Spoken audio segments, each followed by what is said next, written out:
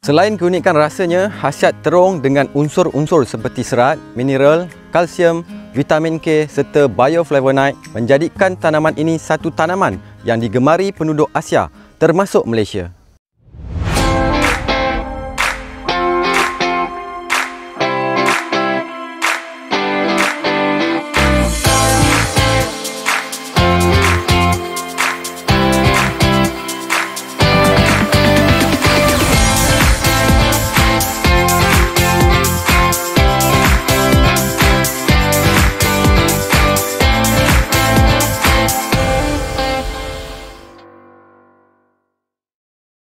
Terung atau nama saintifiknya Solanum melongena Lent merupakan sejenis sayuran jenis buah dari keluarga Solanaceae.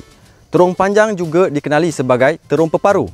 Buah berbentuk panjang, lebarnya 5 hingga 8 cm dengan panjang melebihi 3 kali ganda kelebaran buah. Warna buah biasanya ungu muda atau ungu, kadang-kala hijau atau putih. Beberapa klon yang ditanam termasuk Hock Chew, Ping Tong Long, Farmer Long, Extra Long, MTE1 dan MTE2. Terung bulat. Buah berbentuk bulat. Lebarnya boleh melebihi 10 cm, berwarna ungu, kadangkala hijau atau putih. Terung bujur ataupun lonjong dipanggil juga sebagai terung Jepun. Buah berbentuk bujur atau lonjong. Lebarnya kadangkala melebihi 10 cm dan panjangnya 2 ke 3 kali lebar buah. Warna buah biasanya ungu atau ungu gelap, namun ada juga berwarna putih atau hijau.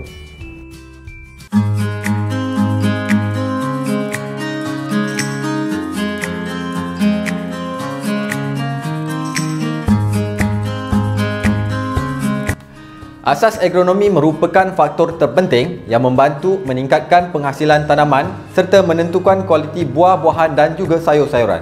Ia meliputi pelbagai aktiviti seperti penyediaan kawasan, penyemaian anak benih, pengairan, pembajaan, kawalan rumpai dan kawalan perosak serta penyakit. Penanaman sayuran terung di Malaysia merupakan tanaman sepanjang tahun dan ditanam hampir di seluruh negara. Kawasan utama pengeluaran terung di Malaysia adalah di Pahang, Johor dan Kelantan. Untuk memastikan setiap hasil pertanian dapat memberi pulangan dan pendapatan yang baik buat petani, hasil pertanian yang dikeluarkan hendaklah memenuhi kualiti yang baik mengikut keperluan pasaran. Di peringkat pengeluaran, petani perlu mengamalkan kaedah penanaman yang betul dan pengurusan tanaman yang baik bagi memastikan hasil yang dikeluarkan mencapai tahap kualiti terbaik untuk dipasarkan. Bagi meningkatkan lagi kandungan organik pada tanah, taburan tinja ayam reput amat disyorkan sebelum proses pembajakan dan penggemburan dijalankan.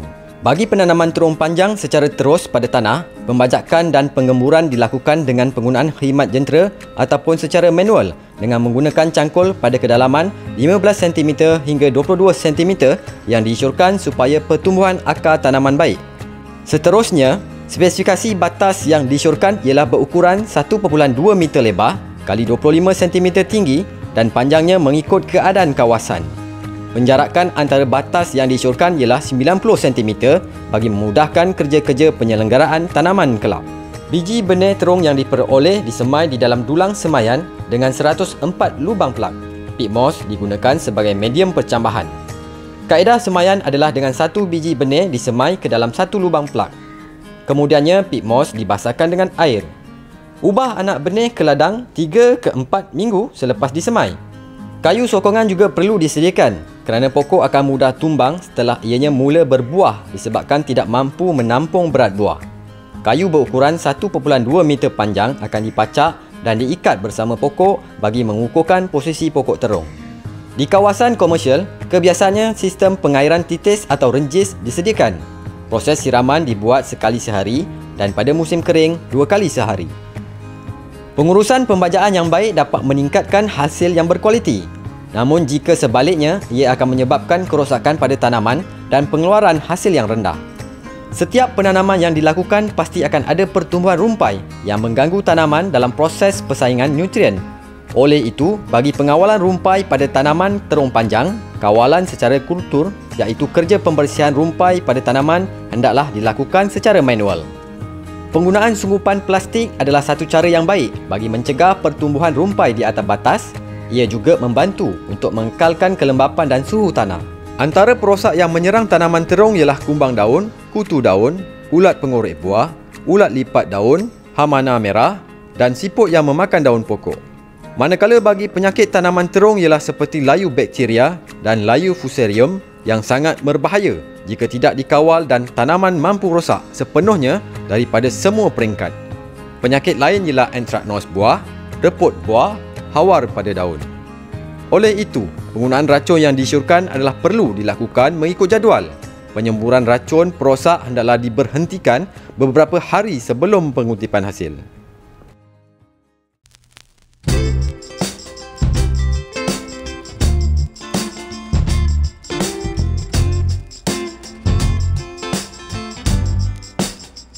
Pengendalian untuk pemasaran atau juga dikenali sebagai pengendalian lepas tuai merupakan satu rantaian aktiviti penyediaan, pergerakan dan pemeliharaan kualiti hasil pertanian dari ia mulai dituai sehinggalah sampai ke pengguna. Secara umumnya, pengendalian untuk pemasaran hasil tanaman terung panjang akan melibatkan aktiviti penuaian, pengendalian di ladang, pengendalian di rumah pembungkusan atau pusat pengumpulan yang melibatkan aktiviti pemilihan, pembersihan dan rawatan, pemotongan, penggeredan, pembungkusan, pelebalan, penyimpanan sementara dan pengangkutan ke pasaran. Bagi menjalankan aktiviti penuaian hasil, kematangan terung perlu dikenal pasti terlebih dahulu. Terung perlu dituai pada peringkat kematangan yang sesuai mengikut spesifikasi pasaran. Terung panjang mula dituai pada tempoh 11 hingga 12 minggu selepas menyemai atau 8 minggu selepas mengubah ke ladang. Pada masa ini, terung telah mencapai berat yang sesuai untuk dipasarkan. Selain itu, kematangan terung panjang boleh dikenal pasti melalui indeks kematangan berpandukan perubahan fizikal dan warna. Bagi terung panjang, indeks kematangan dibahagikan kepada 3 peringkat seperti berikut.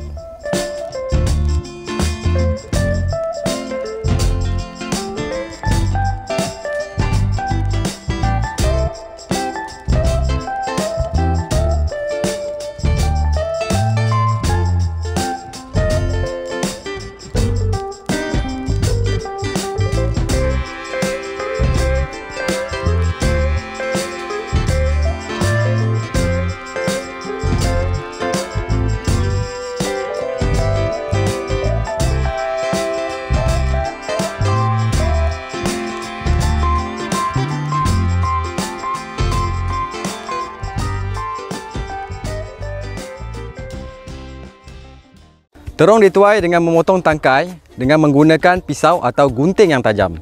Terung dituai bersama tangkai pada jarak antara 2 cm hingga 3 cm daripada tampuk buah.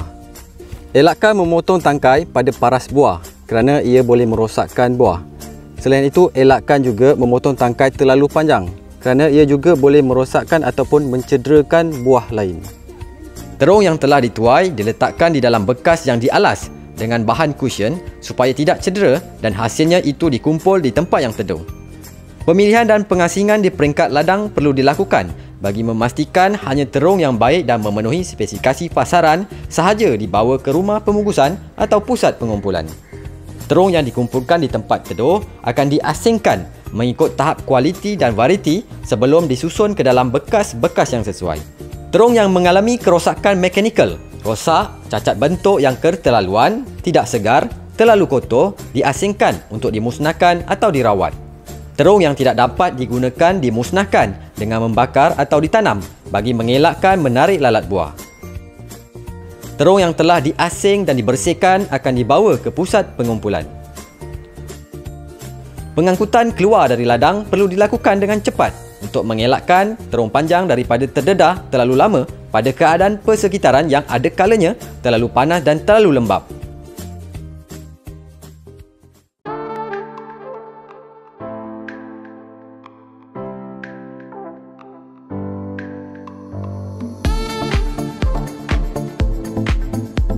Pusat pengumpulan atau juga dikenali sebagai rumah pembungkusan atau sebuah pusat yang menjalankan aktiviti-aktiviti nilai tambah iaitu value added terhadap hasil pertanian melalui proses pemilihan, pembersihan, penggeredan, pembungkusan, pelebelan, penyimpanan sementara dan pengedaran bagi memenuhi spesifikasi dan kehendak pasaran. Terung yang diterima dari ladang perlu diperiksa bagi memastikan kuantiti dan kualiti memenuhi spesifikasi yang diperlukan. Catatan rekod penerimaan, variti, nama pembekal, tahap kematangan, kualiti, kuantiti, saiz dan grade hasil dicatatkan bagi tujuan pengesanan dan pembekalan. Seterusnya, terung yang diterima perlu dipilih dan diasingkan mengikut tahap kualiti yang dikehendaki pasaran. Pemilihan dan pengasingan dibuat mengikut kriteria seperti terlalu muda atau tidak matang, rosak mekanikal, kerosakan, kecacatan terlampau dan tidak segar. Terung tidak perlu dibasuh. Jika terdapat kotoran, ia perlu dilap sahaja dengan kain lembap yang bersih. Keluaran pertanian yang akan dipasarkan perlu digrade mengikut kehendak peraturan-peraturan Lembaga Pemasaran Pertanian Persekutuan, iaitu penggradean, pembungkusan dan pelebalan keluaran pertanian tahun 2008 di bawah Akta 141.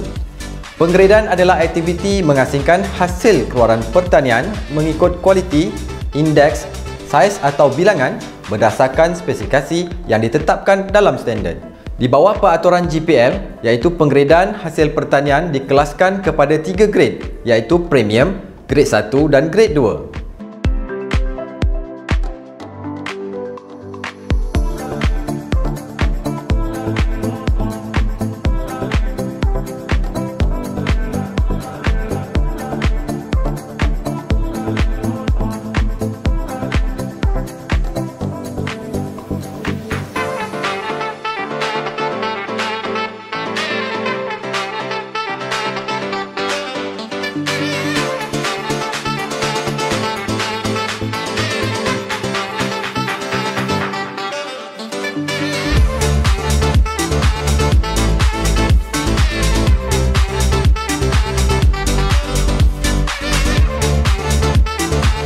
Kualiti terbaik terung panjang ialah buah yang cukup matang, segar, bersih dan bebas daripada sebarang kecacatan dan kerosakan fizikal. Sementara kualiti terung panjang yang diterima di pasaran pula ialah buah cukup matang, segar, bersih, terdapat kecacatan minimum dan bebas daripada kerosakan fizikal. Manakala terung panjang dalam kualiti yang tidak dikehendaki pasaran pula ialah buah tidak cukup matang, tidak segar, kotor dan terdapat kecacatan bentuk dan rupa yang teruk. Kerosakan disebabkan oleh haiwan perosak, penyakit dan kecederaan mekanikal yang menjejaskan jangka hayat pemakanan dan kualiti. Pengelasan saiz pula ditentukan oleh berat dalam unit gram dan panjang dalam unit sentimeter seperti yang dapat dilihat melalui jadual berikut.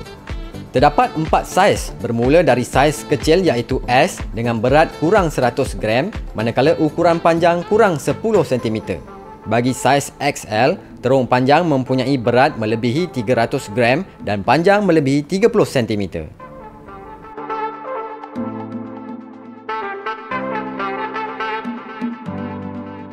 Peraturan-peraturan Lembaga Pemasaran Pertanian Persekutuan iaitu penggradean, pembungkusan dan pelebalan keluaran pertanian tahun 2008 atau peraturan GPL mewajibkan setiap keluaran pertanian yang akan dipasarkan perlu dibungkus. Pembungkusan yang betul akan memudahkan pengendalian dan mengawal daripada kecederaan mekanikal yang menyebabkan penurunan kualiti. Penggunaan bekas yang sesuai diperlukan supaya dapat memberi perlindungan yang optimum daripada kerosakan semasa pengendalian dan pengangkutan. Terung yang dipasarkan perlu dibungkus dengan baik dan betul bagi memudahkan pengendalian dan mengawal daripada kecederaan mekanikal yang menyebabkan penurunan kualiti. Bagi pembungkusan pukal, muatan bagi bakul plastik hendaklah tidak melebihi 30 kg, manakala bagi pembungkusan runcit pula, terung sesuai dibungkus menggunakan filem renggang, beg kertas dan beg plastik.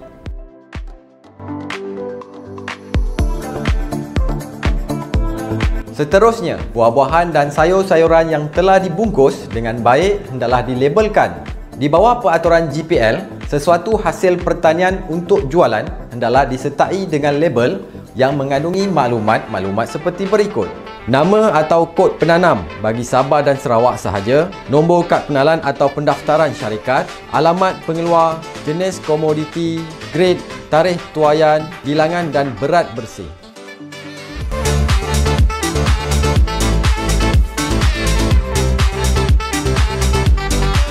Buah-buahan dan sayur-sayuran kadangkala disimpan sementara sebelum diangkut atau diedarkan ke pasaran.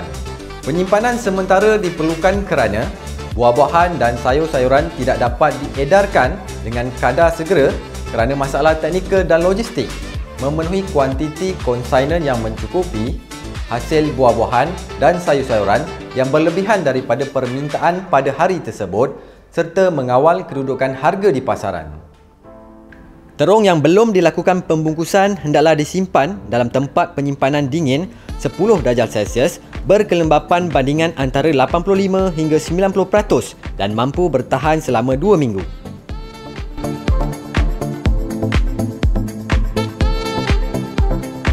Pengangkutan atau logistik merupakan perkara terpenting bagi memastikan komoditi yang sampai ke destinasi kekal berkualiti sebagaimana yang diperlukan pasaran.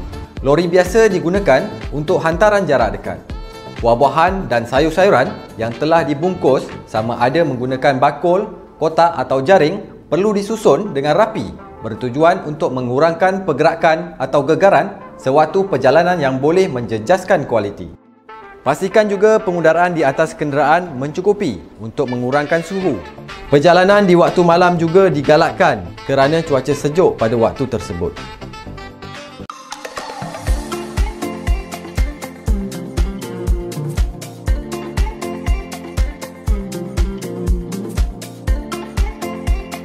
Saya telah memilih tanaman terung panjang ini kerana ia mudah untuk dijaga dan mudah untuk dipasarkan. Saya telah mengusahakan tanaman terung panjang ini selama 10 tahun. Hasil tanaman ini saya telah pasarkan pada pihak farmer, pasar tani dan juga peraih sekitar. Berdasarkan kajian margin pemasaran yang dijalankan oleh pihak Fama pada tahun 2019, tanaman terung dilihat dapat memberikan pulangan keuntungan yang tinggi kepada petani. Hasil kajian tersebut menunjukkan bahawa bagi RM1 yang dibelanjakan oleh pengguna, share keuntungan petani mencecah 52% pada harga ladang RM3.20. Di peringkat pemborong dan peruncit, mereka masing-masing memperoleh margin keuntungan sebanyak 22% dan 27% pada harga borong RM4.40 dan runcit RM6. Di Malaysia, tanaman ini diusahakan seluas 2,406 hektar dengan pengeluaran hasil hampir 40,000 metrik tan yang direkodkan pada tahun 2018. Penanaman terung pada hari ini menjadi pilihan petani kerana ianya mampu memberikan pulangan yang baik dengan pulangan bersih sebanyak RM7,500 melibatkan 6,600 pokok sehektar pada jarak tanaman 0.9 meter kali 1.5 meter. Di Malaysia, pembekalan dalam negara bagi komoditi terung adalah pada kadar sara diri di antara 101.4% sehingga 119.3% dari tahun 2014 sehingga tahun 2019, manakala kadar import adalah di antara 8.0% sehingga 12.4%. Penggunaan per kapita pula adalah di antara 1.0 kg sehingga 1.5 kg. Dari segi analisis harga tanaman terung, umumnya tanaman ini berada pada trend harga yang meningkat bagi tempoh tahun 2014 hingga tahun 2019. Harga purata ladang bagi komoditi terung peparu panjang tempatan adalah di antara RM2.50 sekilogram sehingga RM3.20 sekilogram. Manakala harga purata di peringkat borong adalah di antara RM3.55 sekilogram sehingga RM4.70 sekilogram. Di peringkat runcit, purata harga yang direkodkan adalah di antara RM5 sekilogram sehingga RM6.75 sekilogram. Berdasarkan analisis ini, tanaman terung dapat dilihat sebagai satu tanaman yang berpotensi untuk diusahakan. Fama menawarkan perkhidmatan pemasaran dan bimbingan kepada usahawan bagi mendapatkan ruang dan juga peluang dalam memasarkan hasil pertanian. Fama juga berperanan dalam memastikan produk pertanian dalam industri makanan tersedia dan mampu diperolehi pada harga yang mampu dibayar oleh pengguna.